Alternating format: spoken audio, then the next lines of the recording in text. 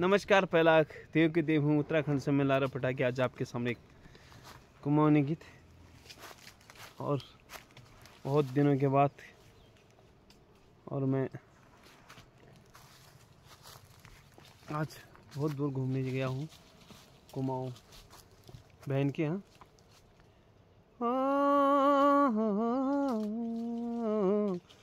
घुघुतीले घोले लगायो पदिमा पदिमा पुरा से मुनेमा हे गेल्या पदिमा बोले घुघुतीले घोले लगायो पदिमा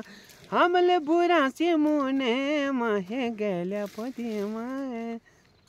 भय मायाली धोपेली हे गेल्या पदिमा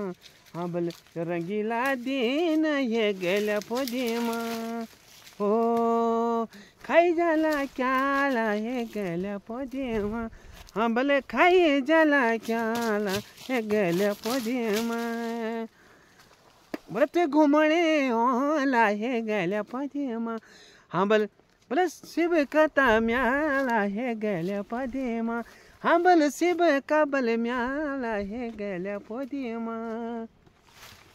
हाँ बोले घोटे जाले भांगे हे गेल्या पदिमा हाँ बोले घोटे जाले भांगे हे गेल्या पदिमा हाँ बोले सचो माया दार हे गेल्या पदिमा हाँ बोले माया लीजा टांगे हे गेल्या पदिमा हाँ बोले माया लीजा टांगे हे गेल्या पदिमा हो